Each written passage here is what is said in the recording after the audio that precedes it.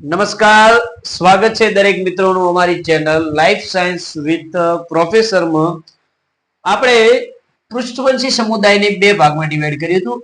એકનું નામ છે અનુધારી, એકનું નામ છે અનુધારી અને એકનું નામ છે અનુવિહીન.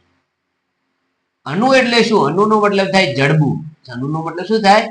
જડબું. અને અનુવિહીન એટલે જડબા વગેરે. અનુધારી સજીવો છે અમને આગળ જતા બે ભાગમાં ડિવાઈડ કર્યા છે.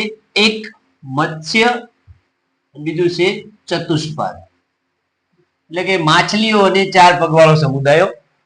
અને અનુવિહીન, તો અનુવિહીન નું એક્ઝામ્પલ છે જેનું નામ છે ચુષ મુખા. ચુષ એટલે ચૂસનાર, મુખ એટલે મોઢું, એટલે જેનું મોઢું જ ચૂસવા માટે કામ આવે છે એવા સમુદાયને ચુષમુખા અથવા સાયક્લોસ્ટોમેટા તરીકે ઓળખવામાં આવે છે. તે સંપૂર્ણ રીતે બાહ્ય પરોપજીવી, એનો મતલબ કે કોના ઉપર જીવન ગુજારે છે? માછલીઓ ઉપર જીવન ગુજારે છે.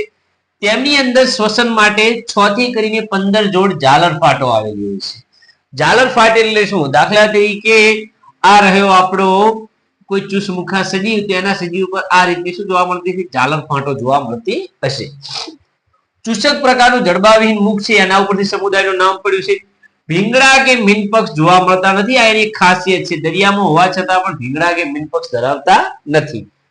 ખોપરી હોય, ક્રેનિયમ કે કરોડસ્તંભ એ સંપૂર્ણ રીતે કાસ્થિમય છે, એનો મતલબ નથી અસ્થિમય હાડકાઓનો કઈ ઉલ્લેખ થતો નથી. બંધ પરિવહન તંત્ર, સંપૂર્ણ દરિયાઈ, અને અંડજનન માટે ક્યાં જાય છે? મીઠા પાણીમાં જાય છે. તો કેવી જગ્યાએ જોવા મળતા છે?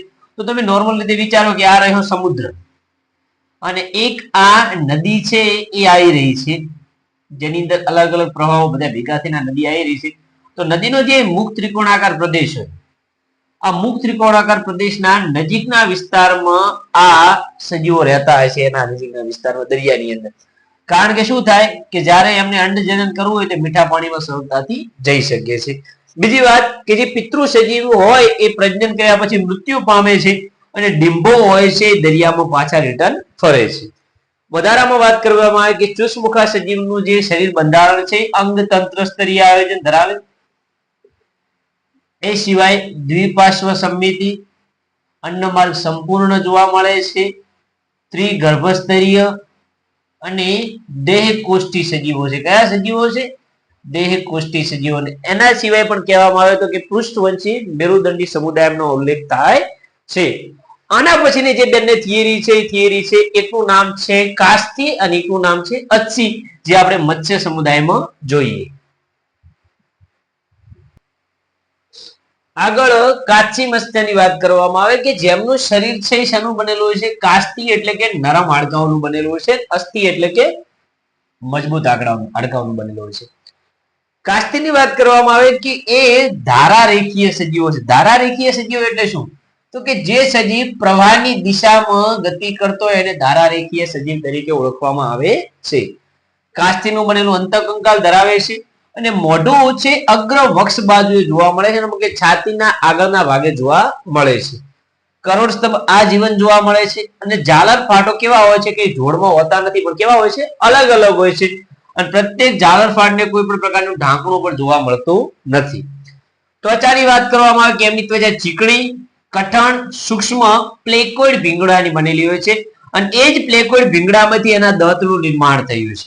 અને આ દાંત ખૂબ જ મજબૂત હોય છે, માટે તેમને અનુધારી સજીવોનો પ્રથમ સમુદાયની આનો ઉલ્લેખ થાય છે. તેઓ પ્રાણી ભક્ષી સજીવોમાં આનો વધારે ઉલ્લેખ થાય છે. કેમ? કારણ કે તમે નોર્મલ રીતે વિચારો શાર્ક, તો શાર્ક છે એ મનુષ્ય ભક્ષી સજીવમાં એનો ઉલ્લેખ થાય છે, કારણ કે શાર્કને માણસો બહુ પ્રિય છે ખોરાકની બાબતે. તેઓ વાતાશયો ગેરહાજર હોય છે એમની અંદર, છતાં પણ તે સરળતાથી તરી શકે છે. તો આ તરવાની એમની અંદર એક બહુ સારી ક્ષમતા હોય છે. અને હૃદય દ્વિખંડીય, એનો મતલબ કે એક કર્ણક અને એક શાનું બનેલું હોય છે? ક્ષેપકનું બનેલું હોય છે. એ વાત કરવામાં આવે તો એમને કયું પરિવહન તંત્ર જોવા મળતું હોય છે? એકલ પરિવહન તંત્ર જોવા મળતું છે. કયું પરિવહન તંત્ર જોવા મળતું છે? એકલ પરિવહન તંત્ર. મેં તમને પરિવહન તંત્રની વ્યાખ્યાઓ કહી દઉં ત્રણે ત્રણની, કે એવું પરિવહન તંત્ર કે જેની અંદર શુદ્ધ અને અશુદ્ધ રુધિર એક જ માર્ગે સાથે નહીં, એક જ માર્ગે વહન પામતા હોય તેને એકલ પરિવહન તંત્ર કહેવાય. જો અને શુદ્ધ અને અશુદ્ધ બંને સાથે એક જ માર્ગે વહન પામતા હોય મિશ્ર રુધિર પરિવહન તંત્ર કહેવાય. અને શુદ્ધ અને અશુદ્ધ માટે અલગ અલગ માર્ગ હોય તેને બેવડું પરિવહન તંત્ર તરીકે ઓળખવામાં આવે છે. તેઓ વીજ અંગો ધરાવે છે જેનું નામ ટોર્પિડો નામની આ માછલીમાં જોવા મળે છે. અને કેટલાક ઝેરી ડંખ દાખલા કે ટાઇગ્રોન નામની માછલીમાં ઝેરી ડંખ જોવા મળે છે. તેઓ શીત રુધિરવાળા એટલે અસમતાપી સજીવો છે. એનો મતલબ કે તાપમાનનું કોઈ નિયંત્રણ હોતું નથી. લિંગભેદ જોવા મળે છે અને નર એ નિતંબ મીનબક્ષોમાં આંકડી જેવી રચના ધરાવતો છે. દાખલા તરીકે આ રહી માછલી અને આ માછલીનો આ નિતંબ વાળો ભાગ છે, તો આ જગ્યાએ આ ટાઈપની એક શું હશે આંકડીનું નિર્માણ થતું હશે કે જે નિતંબ મીનપક્ષોમાં જોવા મળે છે. તેઓ અંતઃફલન દર્શાવે છે પણ બાળક પેદા કરનાર બહુ ઓછા છે. મોટા ભાગના શાનું નિર્માણ કરે છે? ઈંડાઓનું નિર્માણ કરે છે. એક્ઝામ્પલ ની વાત કરવામાં આવે તો શાર્ક, સોફિશ, ડોગફિશ, રેફિશ જેવા આના એક્ઝામ્પલો શું છે કાચી મત્સ્યમાં મુખ્ય જોવા મળે છે. એ જ રીતે અસ્થિ મત્સ્યની વાત કરવામાં આવે કે જેનું શરીર જ બોટ જેવું બનેલું હોય છે, મોઢું આગળની તરફ જોવા મળે છે અને 4 જોડ ઝાલર ફાંટ એ પણ ઝાલર ઢાંકણ વાળા ધરાવે છે. ત્વચાની વાત કરવામાં આવે તો પેલાની ત્વચા શેની બનેલી હતી? પ્લેકોઇડ ભીંગડાની. તો આની ત્વચા શેની બનેલી? સાયક્લોઇડ કે ટીનોઇડ ભીંગડાની બનેલી હોય છે. વાતાશયો હાજર છે જેને શું બક્ષે છે? તારકતા બક્ષે છે. હૃદય આની અંદર પણ દ્વિખંડીય છે, એક કર્ણક એક ક્ષેપક, અને આ પણ શીત એટલે કે અસમતાપી સજીવોમાં ઉલ્લેખ થાય છે. લિંગભેદ જોવા મળે છે. ફલન મોટા ભાગે કેવું કરે છે? બાહ્ય ફલન કરે. એનો મતલબ કે નર અને માદા બંને પોતાના જન્યુ પાણીમાં છોડતા હોય છે અને જાતે જન્યુ જોડાણ થઈ ફલનમાંથી ફલિતાંડ, એ ફલિતાંડમાંથી નવા બાળકનું નિર્માણ થતું હોય છે, એટલે કે નવા અસ્થિ મત્સ્યનું નિર્માણ થતું હોય છે. તેઓ અંડ પ્રસવી સજીવો છે અને વિકાસ મોટે ભાગે કેવો જોવા મળે છે? પ્રત્યક્ષ પણ કેવો?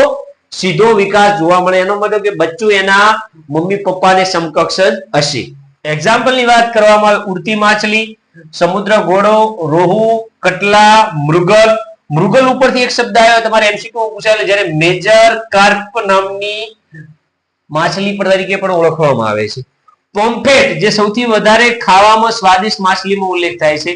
અને જો માછલી ઘરોની વાત કરવામાં આવે તો કે લડાકુ માછલી, એન્જલ ફિશ, આ બધી માછલીઓના એક્ઝામ્પલ શામાં આવે છે? અસ્થિ મત્સ્યમાં આવે છે.